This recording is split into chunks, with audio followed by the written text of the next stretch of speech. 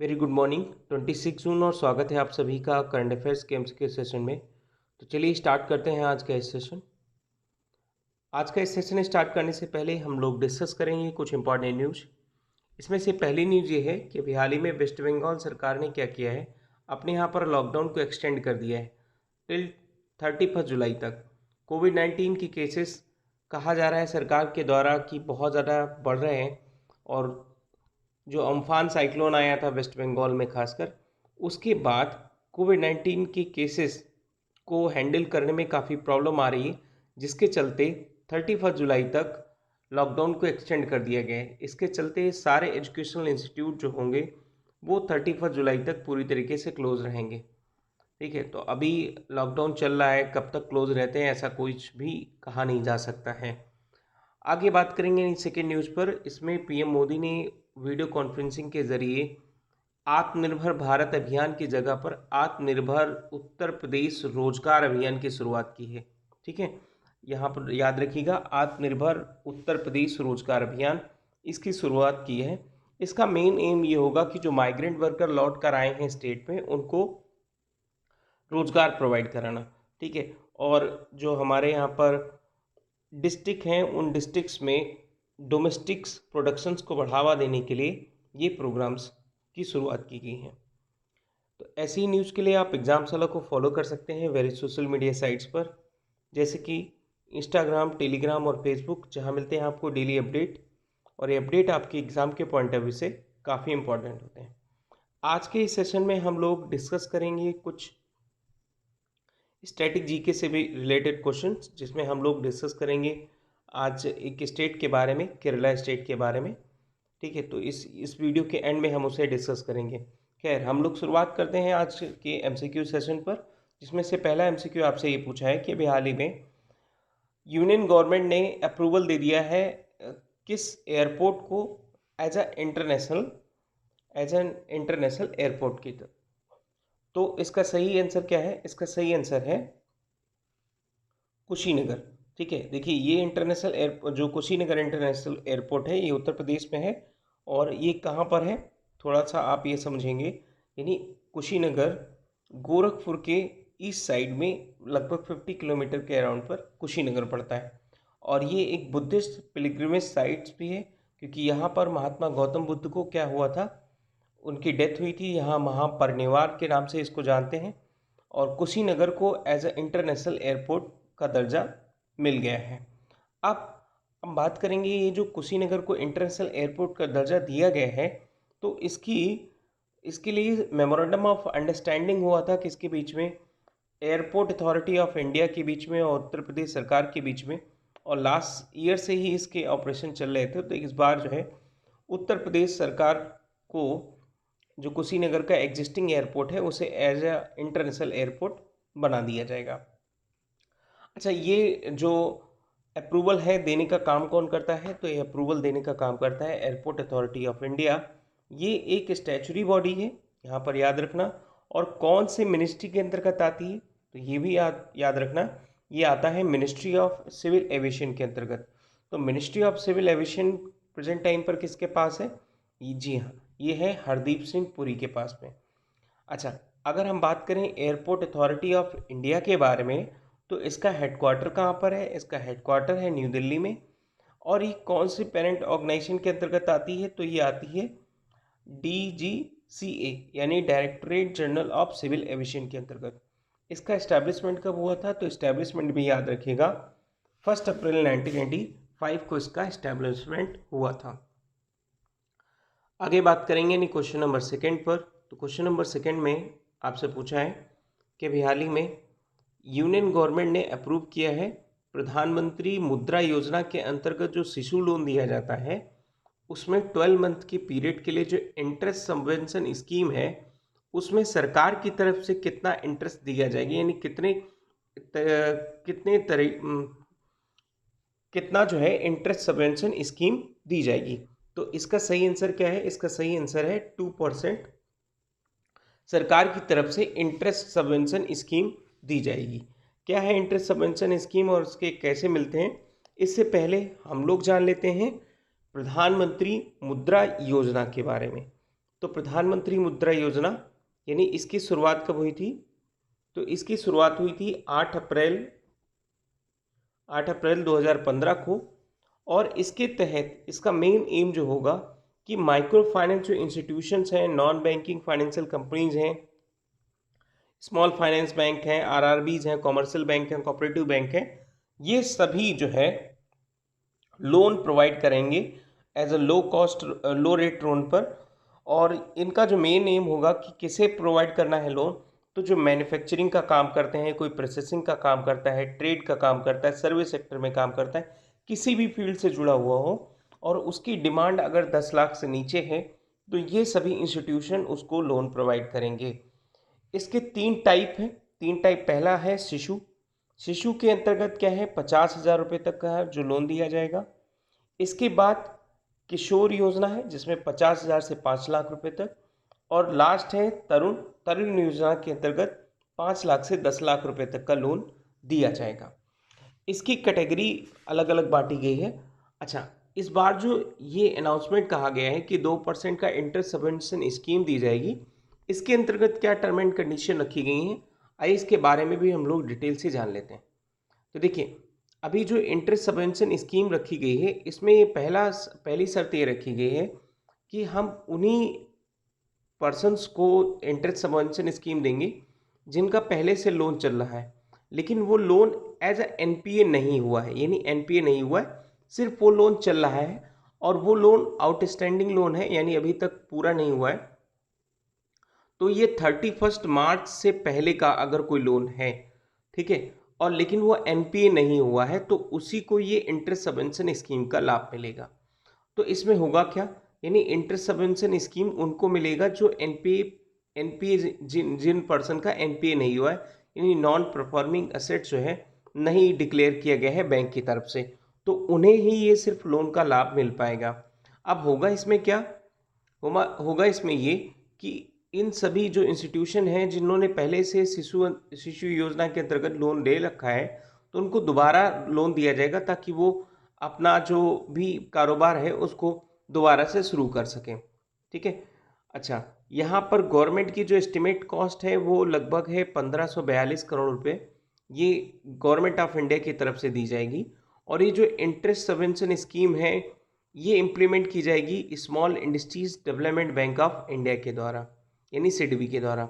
एक क्वेश्चन मैं आपसे पूछता हूँ, क्वेश्चन आप बताइएगा, सिडबी के हेडक्वार्टर कहाँ पर है? ठीक है, आगे बात करेंगे यानी क्वेश्चन नंबर 3 पर। तो क्वेश्चन नंबर 3 में आपसे पूछा है कि भी हाल ही में यूनियन मिनिस्टर जितेंद्र सिंह ने इनॉग्रेट किए हैं दो इम्पॉर्टेंट ब्रिजेस, और ये 2 इम्पॉर्टेंट ब्रिजेस का नाम है देविका और पुंजा। ये कौन से स्टेट में है ये आपको बताना है। तो देखिए इसका सही आंसर क्या है, इसका सही आंसर है जम्मू कश्मीर में ये है।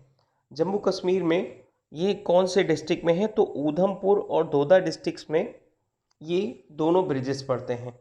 इन ब्रिजेस की वजह से क्या होगा कि जो आर्मी के ट्रूप्स हैं और आर्मी के जो व्हीकल्स वगैरह हैं इनका स्मूथ पासेस हो जाएगा। साथ साथ में सरकार का ये मेन है, लगभग हम वहाँ पर जो हाई एल्टीट्यूड एरिया है वहाँ पर 500-600 लगभग अगले 5-6 सालों में ब्रिजेस बनाए जाएंगे। और इसके अंतर्गत तेज़ी से काम करने वाली एक इंस्टीट्यूट है जिसका नाम है BRO, यानी बॉर्डर रोड ऑर्गेनाइजेशन, ये तेज़ी से काम कर रही है। और साथ साथ में क्या होगा कि आर्मी की जो ट्रूप्स होंगी वो जल्दी से जल्दी वहाँ पर पहुँच सकेंगी अपने बॉर्डर एरियाज़ पर। और इसके साथ साथ में सरकार का ये भी मेन एम है कि हम इन जम्मू कश्मीर में बहुत ज़्यादा ब्रिज या रोड का कंस्ट्रक्शन करके हम वहाँ के जो मेडिसिनल प्लांट हैं और वहाँ की जो भी आयुर्वेदिक चीज़ें हैं उनको हम यूज कर पाएंगे, उनको हम यूज में ले पाएंगे। तो ये काफ़ी अच्छा इनिशिएटिव है। आगे बात करते हैं यानी क्वेश्चन नंबर 4 पर। तो क्वेश्चन नंबर 4 में आपसे पूछा है कि जो डे ऑफ सी फेरर है, डे ऑफ सी फेरर, इसकी 10th एनिवर्सरी मनाई गई है। तो डे ऑफ सी फेरर कब मनाया जाता है? तो देखिए इसका सही आंसर क्या है, इसका सही आंसर है 25 जून को मनाया जाता है क्या, डे ऑफ सी फेरर। तो डे ऑफ सी फेरर जो 25 जून को मनाया जाता है, इस बार का इसका थीम क्या रहा है, तो यहाँ पर थीम भी याद रखिएगा। थीम है इस बार का सी फेरर आर की वर्कर्स। आप जानते हैं सी फेरर क्या होते हैं? सी फेरर का मतलब ये होता है यानी एक ऐसे पर्सन जो कोई भी ट्रेड होता है तो ट्रेड वगैरह में ये सी फेरर जो है उस ट्रेड को एक समुद्री एरिया में पूरी तरीके से सेफ रखने का, सिक्योर रखने का काम करते हैं। मान लो एक उदाहरण के साथ समझें, अगर हम यूरोप से कारोबार करते हैं, यूरोप से या फिर अरब कंट्री से हम लोग ऑयल लेकर आते हैं, तो ये सी फेरर क्या करते हैं, जो भी हमारा ट्रेड इंडिया के पास पहुंचता है उसमें ये सी फेरर अहम भूमिका निभाते हैं। इसका जो फर्स्ट सेलिब्रेशन हुआ था 2011 में हुआ था और इसके तहत एक कन्वेंशन भी साइन की गई है, convention on standard on training certification watch keeping and for seafarer 1978 के अंतर्गत। ठीक है, ये फिलीपींस मनीला में भी साइन हुई थी 2010 में। और उसके बाद जो है ये डे ऑफ सी फेरर मनाया जाता है हर साल 2011 से। ठीक, आगे बात करेंगे यानी क्वेश्चन नंबर,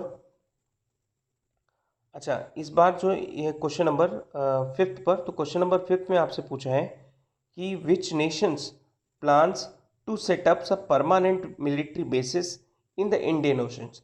तो ये आपको बताना है कि इंडियन ओशंस में इस बार जो है परमानेंट मिलिट्री बेसिस कौन सी कंट्री बना रही है। इससे पहले हम लोग यहाँ पर थोड़ा सा मैप देख लेते हैं। देखिए ये मैप है इस एरिया पर, यानी ये इंडियन ओशंस, आप इधर साइड पर आएंगे तो ये अरेबिक सी लगेगा, अरेबियन सी है, और इसी को इंडियन ओशंस। यहाँ पर आप ये देखेंगे ये रेड सी है और ये गल्फ ऑफ ओमान है। ठीक है, तो इस जगहों पर मिलिट्री बेस बनाएगा कौन? बनाएगा ईरान बनाएगा। तो इसका सही आंसर क्या है? ईरान। ईरान अपना परमानेंट मिलिट्री बेसिस बनाएगा। क्यों? ऐसा क्यों? इसलिए क्योंकि ईरान का मानना है कि जो हमारे फिशरमैन्स हैं उनको फॉरेन वेसल्स के द्वारा काफ़ी ज़्यादा परेशान किया जाता है। तो इसके लिए यहाँ पर स्मूथ ट्रेड वगैरह के लिए भी ईरान क्या करेगा? परमानेंट अपना मिलिट्री बेसिस बनाएगा। और ये घोषणा किसने की है? ये घोषणा की है Iran Islamic revolutionary guard corps ने। ठीक है, कि हम वो अपना एक परमानेंट मिलिट्री बेसिस बनाएंगे इंडियन ओशंस में। कब तक? लगभग मार्च 2021 तक।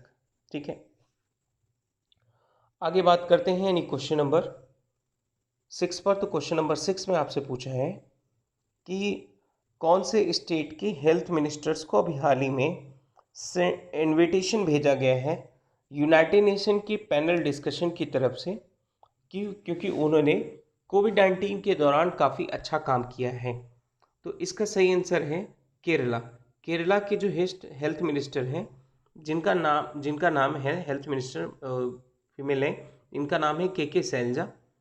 और इनको जो है यूनाइटेड नेशंस की तरफ से पब्लिक पैनल डिस्कशन के लिए बुलाया गया है कि आपने कोविड-19 के जो कोविड-19 चल रहा था वहाँ पर इसको स्प्रेड होने में किस तरीके से, इसको रोकने में किस तरीके से अहम भूमिका निभाई है।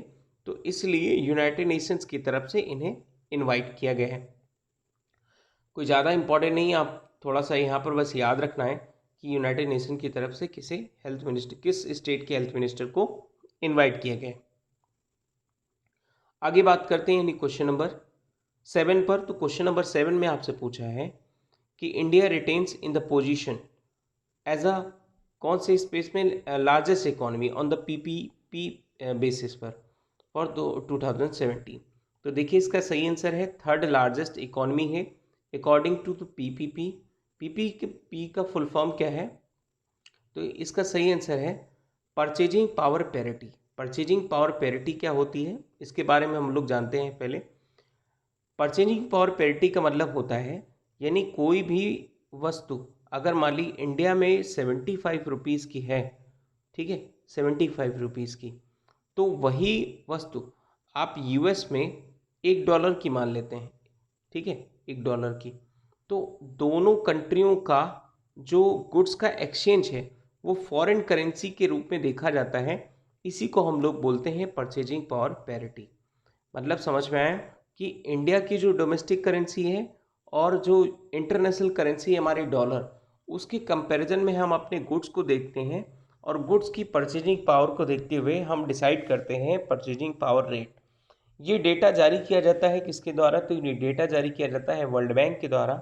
वर्ल्ड बैंक हर साल ये रिपोर्ट जारी करता है, जिसमें इंडिया को इस बार स्थान मिला है कितना? तीसरा। और पहले नंबर पर कौन है? चाइना। सेकंड पर है यूनाइटेड स्टेट और थर्ड पर है कौन? इंडिया। इसके अलावा भी कई कंट्री हैं, जैसे जापान है, जर्मनी है, रशिया। ये जापान, जर्मनी और रशिया फोर्थ, फिफ्थ और सिक्स्थ पोजीशन पर कायम है। ठीक है, तो आगे बढ़ते हैं यानी क्वेश्चन नंबर 8 पर। तो क्वेश्चन नंबर 8 में आपसे पूछा है कि अभी हाल ही में इंडिया ने कितने अमाउंट के लिए कमिटेड किया है कि हम नेक्स्ट 2 सालों में एक कंट्रीब्यूशन करेंगे। कितने अमाउंट का कंट्रीब्यूशन करेंगे? कहाँ पर? UNRWA में। तो इसका सही आंसर है $10 मिलियन का कंट्रीब्यूशन अगले 2 सालों में करेंगे।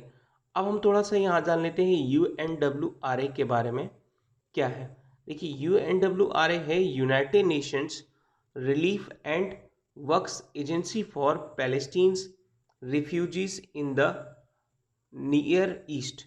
ठीक है, तो इसमें जो यूनाइटेड नेशंस रिलीफ वर्कर्स हैं, relief and works agency for Palestine refugees के लिए ये बॉडी बनाई गई थी। देखिए 1949 में, यानी जो पैलेस्टीन रिफ्यूजीज़ हैं उनके लिए यहाँ पर एक फंड व्यवस्था की जा सके, ताकि उनकी जो इस समय कंडीशन है वो काफ़ी ज़्यादा ख़राब है, तो उनकी स्थिति को कैसे सुधारा जा सके, जो पैलेस्टीन रिफ्यूजीज़ हैं उनकी स्थिति में कैसे सुधार लाया जा सके, इसलिए इंस्टीट्यूट बनाया गया था। देखिए, इसका हेडक्वार्टर क्या है? अम्मान, जॉर्डन, गाज़ा, इजराइल में। और इसके कमिश्नर जनरल हैं फिलिपी लज़रानी। ठीक है, यहाँ पर आपको थोड़ा सा बता देते हैं। देखिए, फ़लस्तीन है कहाँ पर? तो फ़लस्तीन, जैसे मान लीजिए आप देखेंगे मिडिल ईस्ट में, तो मिडिल ईस्ट में ये लगभग ऐसे मान लो ये इजराइल है। तो इजराइल में 2 नेशन पॉलिसी चलती है, तो ये बीच का जो एरिया है ये आपका हो गया फ़लस्तीन। तो इन्हीं फ़लस्तीन रिफ्यूजीज़ के लिए जो यहाँ और यहाँ गाज़ा पट्टी पर इस तरीके से रहते हैं, तो उन्हीं फ़लस्तीन रिफ्यूजीज़ के लिए ये फ़ंड बनाया गया है। ठीक है, तो इसमें इंडिया कितना कंट्रीब्यूशन करेगा? तो इंडिया कंट्रीब्यूशन करेगा $10 मिलियन अगले 2 सालों के अंतर्गत। आगे बात करते हैं यानी क्वेश्चन नंबर 9 पर। तो क्वेश्चन नंबर 9 में आपसे पूछा है कि किस स्टेट गवर्नमेंट ने भी हाल ही में रिलायंस जियो टीवी के साथ साइन किया है? ठीक है, इसका मेन एम है कि हम एजुकेट करेंगे लगभग 52 लाख स्टूडेंट को। तो इसका सही आंसर है क्या? हरियाणा गवर्नमेंट ने रिलायंस जियो टीवी के साथ साइन किया है, और इसका मेन एम है कि हम 52 लाख लगभग रूरल स्टूडेंट्स को ड्यूरिंग द कोविड-19 पेंडेमिक के दौरान हम इसे क्या करेंगे? एजुकेट करेंगे। इस जो एग्रीमेंट किया गया है इसके अंतर्गत कहा जाएगा, यानी जो हमारे यहाँ पर जैसे लैपटॉप्स हैं, टेलीविजन्स हैं, डेस्कटॉप हैं, टैबलेट हैं, स्मार्टफोन हैं, इन पर फ्री ऑफ कास्ट जो होंगी वो जियो प्लेटफॉर्म पर एजुकेशन क्लासेस जो होंगी अवेलेबल होंगी। और साथ साथ में एजुकेशनल क्लासेस के साथ साथ यहाँ पर जो स्टूडेंट के लिए कम्पिटिटिव एग्ज़ाम जैसे जेई और नीट वगैरह की एग्ज़ाम्स की तैयारी के लिए एजुकेशनल इंस्टीट्यूट मतलब एजुकेशनल वीडियोस भी उपलब्ध होंगे। अच्छा, यहाँ पर जियो टीवी के साथ नेक्स्ट जो वीक में एक प्रोग्राम जो है लॉन्च किया जाएगा, जिसके अकॉर्डिंग स्टूडेंट अपने टाइम के सुटेबल के अकॉर्डिंग उसे क्या कर सकेंगे? एक्सेस कर सकेंगे। काफ़ी अच्छा इनिशिएटिव है। आगे बढ़ते हैं यानी क्वेश्चन नंबर 10 पर। क्वेश्चन नंबर 10 में आपसे पूछा है कि हाल ही में किस स्टेट गवर्नमेंट ने इंदिरा रसोई योजना लॉन्च की है? तो इसका समझ आएंगे तो इंदिरा रसोई योजना शुरू वही कर सकता है जहां पर स्टेट गवर्नमेंट किसकी हो? कांग्रेस पार्टी की। तो इसका सही आंसर क्या है? राजस्थान। राजस्थान में कांग्रेस पार्टी की स्टेट गवर्नमेंट है ना, स्टेट गवर्नमेंट कांग्रेस पार्टी है। तो इसमें क्या क्या है? इंदिरा रसोई योजना शुरू की गई है। तो इसके बारे में हम लोग डिटेल से जान लेते हैं। देखिए, इंदिरा रसोई योजना का जो मेन एम है वो ये है कि हम लोग जो पुअर क्लास हैं उनको एक दिन में 2 बार हम न्यूट्रिशंस फूड प्रोवाइड कर सकें, जिसके लिए सरकार इस बार कितना 100 करोड़ रुपीस स्पेंड कर रही है। बढ़ते हैं अब हम लोग जीके के डिस्कशन पर, स्टैटिक जीके के डिस्कशन पर। देखिए ये स्टैटिक का जीके जो होगा इसमें हम इसको दो पार्ट में डिवाइड करेंगे। केरला का जो स्टैटिक जीके है उसके एक स्टेट को लगभग 2 या 3 दिन में हम लोग डिलीवर करेंगे, क्योंकि काफ़ी ज़्यादा हो जाएगा लंबा वीडियो, तो इससे आप बोर भी हो सकते हैं। ठीक है, तो पहला है केरला। केरला में क्या है, सबसे पहले हम लोग जान लेते हैं केरला। इसके सीएम कौन है? सीएम है पिनराई विजयन, और यहाँ के गवर्नर है कौन? आरिफ मोहम्मद खान। एरिया के अकॉर्डिंग अगर देखा जाए तो ये 22nd पोजीशन पर है ऑल इंडिया में, और डेंसिटी इसकी है 860 किलोमीटर पर स्क्वायर। लिटरेसी रेट काफ़ी अच्छा है इसका, लिटरेसी रेट है 94%। सेक्स रेशियो में पहले स्थान पर है, यानी फर्स्ट पोजीशन पर है। सेक्स रेशियो कितना है? सेक्स रेशियो है 1084। और लेजिस्लेटिव असेंबली, जी हाँ याद रखिएगा, लेजिस्लेटिव असेंबली में कितनी सीटें हैं, काफ़ी बार क्वेश्चन आता है, तो इसमें है 441 सीट्स हैं। साथ साथ में लोकसभा में कितनी सीट्स हैं? लोकसभा की सीट हैं 20, राज्यसभा की सीट हैं कितनी? 9। और इसकी लैंग्वेज जो है, लैंग्वेज है कौन सी? मलयालम, और मलयालम के साथ साथ में एक लैंग्वेज है कौन सी? इंग्लिश। इसके अलावा यहाँ पर हम थोड़ा सा जान लेते हैं इसके कल्चरल साइट्स के बारे में। जैसा एक है टेम्पल वहाँ पर पद्मनाभ स्वामी टेम्पल, और साथ साथ में सबसे फेमस टेम्पल है वहाँ का सबरीमाला टेम्पल्स। कुछ लेक के बारे में हम लोग जान लेते हैं। अष्टामुडी लेक्स, कुटनाट लेक, मानेरेचिरिया, कोझिकोडे, मानाकोडी लेक, कायाल्स। ठीक है, और ये बहुत सारी पेरिवार कायाल्स लेक हैं, वंशीकुलम्स हैं, और वेम्बनाड लेक हैं। इनमें आपको कुछ सारी याद रखने की ज़रूरत नहीं है, मैंने यहाँ पर सारी लिख दी हैं, लेकिन यहाँ पर आपको 2-3 लेक याद रखनी है। पहला अष्टमुडी लेक, वेम्बनाड लेक, ठीक है, और पेरियार। यहाँ पर बस इतनी ही याद करनी है, उसके अलावा आपको कुछ भी याद रखने की ज़रूरत नहीं है। तो आई होप आपको ये सब समझ में आया होगा। अगर आपको समझ में आया है, अच्छा लगा है, तो वीडियो को लाइक करिए, शेयर करिए और सब्सक्राइब करिए। आज की वीडियो में इतना ही। Thank you for listening. God bless you all.